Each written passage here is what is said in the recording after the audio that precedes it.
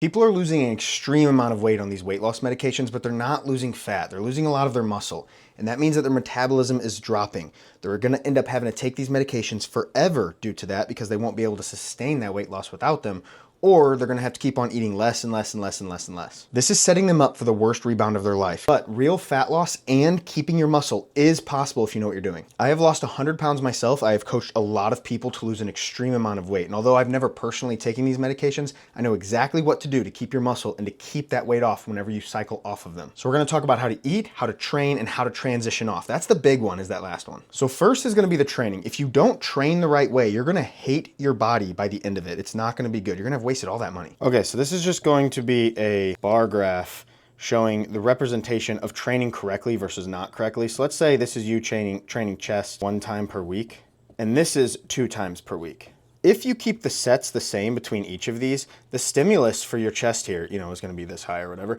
and the stimulus here is obviously going to be a lot higher. But even if you had the same number of sets, let's say this was 10 sets in 1 workout, and this was 10 sets in 2 workouts, same exact amount of volume, you're still gonna get a ton more stimulus because you're gonna be fresher. I mean, think about it. Your first 2 sets, usually it's my second set on chest, or whatever, fill in the body part, is I'm going balls to the wall because I have the energy to do it. I'm nice and warmed up, And so training correctly, it is just so important. That's the point of that graph. I wasn't just going for number of sets and number of times per week, but training correctly. That is the key that has unlocked my transformation, was training balls to the wall hard. And I think the best thing you can do is train each body part twice a week. Don't overthink it. There are some that you could do more. I guess shoulders, you could probably train 3, maybe even 4 times a week. They just don't get as sore, but you don't need to. Twice a week, whether that's push-pull, let's say Monday and Tuesday, and then Thursday and Friday, and then a day of rest Wednesday in between, take the weekends off.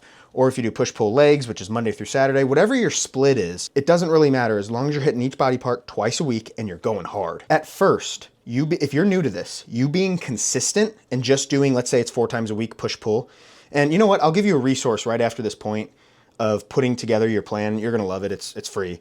But let's say you are consistent and you lift well 4 times a week. You're just working on form and being consistent. You're gonna get great results.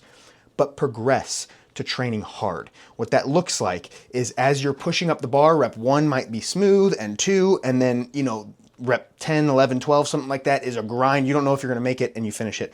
That is working out hard. And if it's a machine, I go until I literally can't lift it. I go literally until failure. My favorite thing to do this on, this is not scripted, so sorry that I'm kind of going off a little bit. But my favorite thing is the chest fly machine, because the last few reps, I can't get them past here, and it is still torquing my chest. And so that's really the difference for me, has been how hard I'm training. That is gonna send such good stimulus to your muscles. Whenever you're on these drugs, if you're thinking about taking them or if you're already on them, you're gonna hang on to the muscle. If you're using it, your body isn't stupid. It's not gonna say, hey, I'm gonna ditch the muscle. As long as you're not eating very, very little, which we're gonna get into in the diet side of things. As long as you're eating enough, it doesn't even have to be ideally enough. As long as you're just eating enough and you're eating enough protein, if you're training this hard, you're gonna keep your muscle. Another thing that I wanna point out about training is to keep going on the same program as long as you can. In fact, I'll draw this out. Okay, this was not planned, so bear with me here. So I heard this analogy, I don't remember from who, but let's say you went to a language learning conference. You have Spanish, you have German, and you have French. These are tables that people are sitting at in order to teach you the language. If you went to Spanish table for 20 minutes, and then you're like, you know what, but I might take a trip to France, and so I might go over here for 20 more minutes. And then you're like, dude, but I think I'm German heritage, so I'm gonna go here for 30 minutes. By the time you left that language learning conference, you would not know any of those languages. But if you took that entire hour and 10 minutes and you just sat at the Spanish table, you would at least be able to hold a basic introductory conversation. So it's the same thing with your muscle stimulus. I used to switch it up to shock the body. That used to be the big rage whenever I was in college for exercise science over a decade ago, 12 years ago at this point. And it was shocking the system, shocking your body. Instead of shocking your body, stick with it. As long as it's not hurting a joint, now if it does, then that's a good time to switch it. If you're bored out of your mind, it's more important to switch your program, maybe not a wholesale switch, but switch out your least favorite ones in order to keep that mental stimulus going, in my opinion. But other than those 2 reasons, I really can't think of a decent reason to switch up an exercise and not let it do its job. Give it time. if you are dumbbell bench pressing, let's say you start with the 30s, and then over the course of 4 weeks, you end up progressing to the 40s or 45s even, because you have these newbie gains. This is amazing. Over 4 or 5 weeks, you've progressed 15 pounds each dumbbell. That's crazy. Don't stop. Don't switch that out for for a different exercise. Like, keep that going every Monday or whatever. Now, that's why if you do like a push, pull, 4 different days, and the second push day, if you want to switch that up to a different exercise, totally. I like to have my main chest exercise be presses and then my main chest exercise be some sort of fly. So you can do that, but just keep repeating that same program. Now, the resource that I wanted to tell you about, I didn't plan on this. I kind of went off script and I apologize, but is FitBuddy. It is totally free. Link in the comments, in the pinned comment and in the description. And you can just, what's cool about FitBuddy is it is a ChatGPT prompt or whatever. I don't know. I don't get that stuff. But you can talk to it. Instead of just, hey, give me a program, and it spits out a program, you can say, hey, I'm in need of a program, and it will ask you all of these things about yourself. How much experience do you have? Do you have bad shoulders? All this, what injuries do you have? All this stuff. It'll spit out a program that is really good. And then you can say, hey, you know what? My gym doesn't have that, or whatever it is. You can talk to it, and it'll give you this custom program. Of course, I also train, so if you want to work directly with me, that's also in the comments. But anyways, I wanted to leave that for you, so if you need that, you can get an awesome program. It's not just something you're going to Google. It's going to be customized for you. So this next step is where most people mess up. Even if they're training hard, if your diet is crap, you're going to lose that muscle anyway, and that's what this whole theme is about, is keeping your muscle. So let's get into that. All right, so these are the aspects of your diet that I want to talk about. Oh my gosh, my cap is rolling. So we're going to talk about protein, which spares muscle, keeps muscle, I would say builds muscle if you're new to this. Then we're going to talk about fiber, which along with protein fills you up and keeps you in the lower calorie range. Then again, with your medication, that might not be as important, but this is still very, very important to get, so please don't ignore the fiber. The quality of your food is going to control hunger because it just takes up so much more space. And it's going to give you better energy because of the micronutrients, and it's going to improve your mood.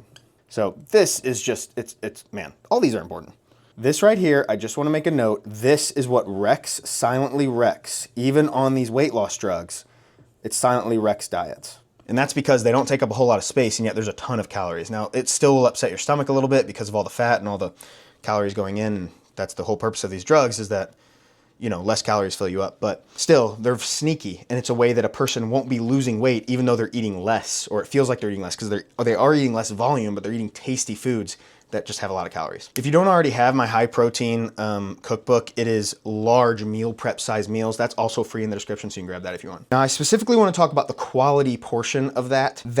If you're eating quality foods, whole foods, you're going to be getting higher protein typically. You're going to be getting more fiber typically. So I want to hang out on quality.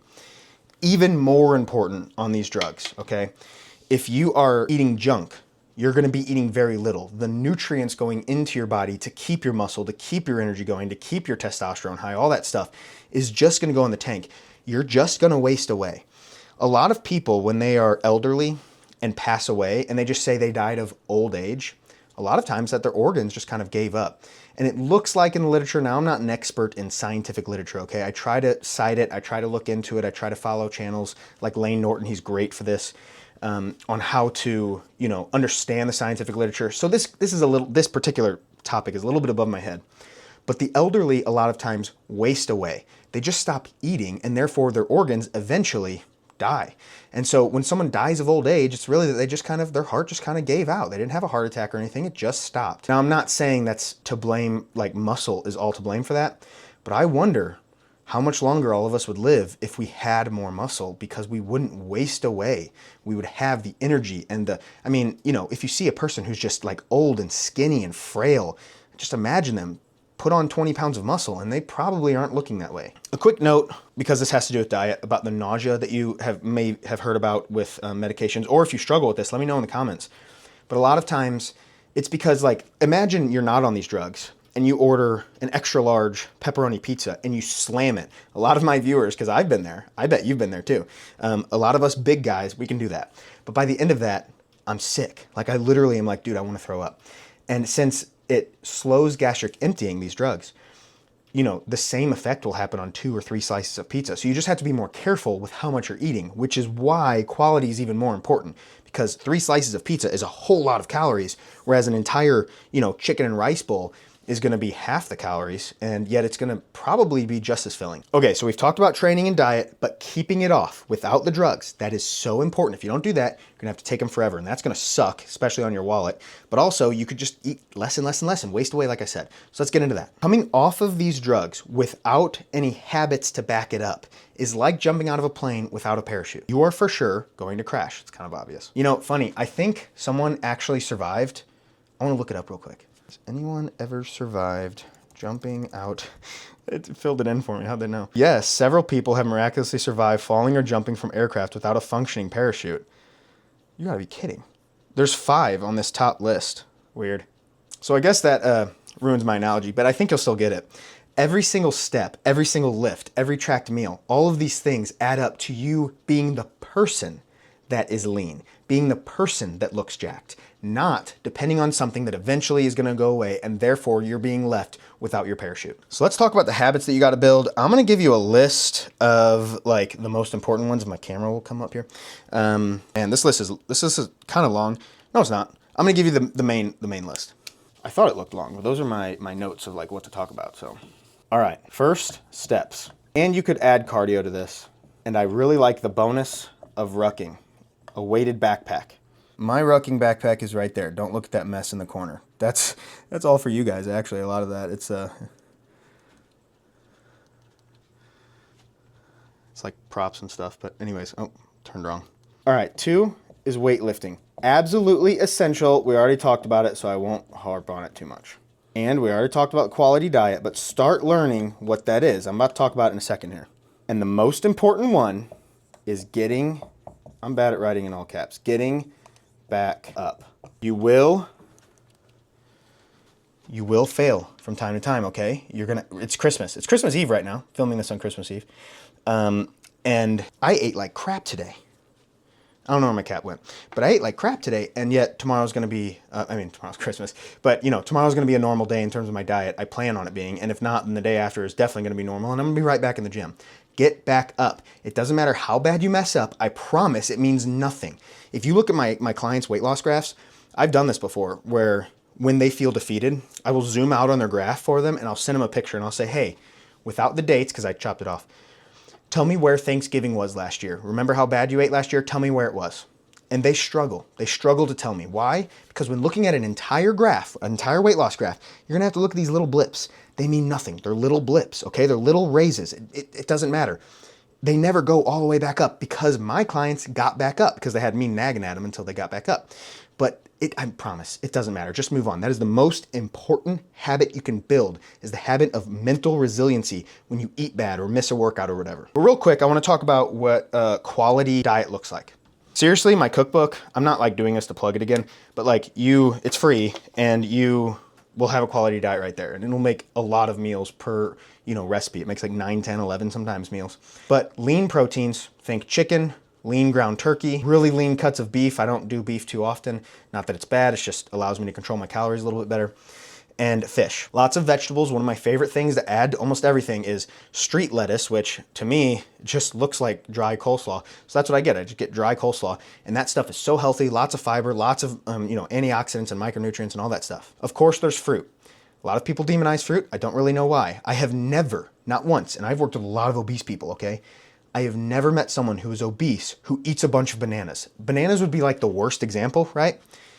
I've never met anyone that eats 20 bananas and is overweight. Never. I have had someone that ate like, 3, 4 a day. They ended up not being overweight. It's not a big deal, okay? So fruit, it's gonna fill you up, especially berries. Berries are very high in fiber. That's part of a quality diet. And then you also, of course, have healthy fats. Now, don't get carried away with this. This is where healthy diets can tend to keep a person overweight. So avocados, almonds are one of my favorite, nuts and nut butters and stuff. Just be careful with those because like peanut butter is basically liquid candy, pretty much. And there is still healthy fats in there. But olive oil and seed oils, I'm not against seed oils. The literature doesn't seem to show that seed oils are actually bad for you. But the point is that a person eats these healthy, unsaturated fats, and that is the staple of a clean diet, those examples that I just gave. All right, let's talk about actually coming off of these drugs. So you're working on your steps, you're doing your cardio, you're weightlifting hard, and you're working on a quality diet. Don't stop the drugs until you feel like you have a handle on that. Hire me or it doesn't have to be me, okay? Hire someone as a personal trainer just for like 3 months to get the habits down. Once you do that, then it's time to start cycling off. Once you feel like you are the type of person that has a grip on these habits. That is when you slowly lower your dose, okay? If you're on, I don't even know the doses. I know Ozempic starts at like 0.25 and maybe goes to 0.5 and then 1. Let's say you're on 1. Is it milligrams? I'm not sure. Let's say you're on 1, whatever that is. Go down to 0.5. Don't just quit, and then go down to 0.25. And you'll see, oh, I'm hungrier. I have to press into these habits of higher protein and quality food and more steps and all this stuff. I have to press into these things more. And instead of you realizing, oh, I don't have a parachute, you still have a parachute. It's just a smaller one. And then you can slow yourself down a little bit. You can work out of that. And I promise, please don't be defeated. Don't think that you're going to go back. Because if you're like me, us big guys, us obese guys that were scared of just how people, treated us, feeling laughed at all the time, feeling just, lesser. And I don't want to get into all that. You know how it feels, okay? It freaking hurts. And us going back to that is our biggest fear. At least that in my experience for myself and my clients, it is our biggest fear. So don't worry. Okay, follow this, watch this video again. You're gonna do it. Give yourself time, give yourself grace, give yourself patience with this, okay? You're gonna fall, but remember that most important habit of getting back up. That is the biggest key. You might have to have someone in your corner. It might need to be a trainer or a person that was actually gonna be there with you. Make sure they're committed though. And remember, you building muscle is gonna make it so much easier to stop because you're not just a smaller person that then is left without a parachute. You now have the habit of muscle that is gonna be burning calories while you sleep, literally while you sleep. And then the last piece, be willing to go back on. Let's say you went from 1 to 0.5 to 0.25 or whatever it goes, titrates down to. And let's say you're struggling. Talk with your doctor and tell your doctor, hey, doc, I might go back on. I might want to try and, quit this. And then in a month, if I feel uncontrolled, I'm gonna go again. That's getting back up. Don't be defeated and feel bad. If you gain 10 pounds back, you can lose it, okay? You got this. Now, if you're on these medications or thinking about going on these medications, you'll have a lot easier time learning from my mistakes and losing my 100 pounds. It says losing 80 pounds, I think, on this video, but watch this video next, learn from my mistakes, and it is gonna help you tremendously.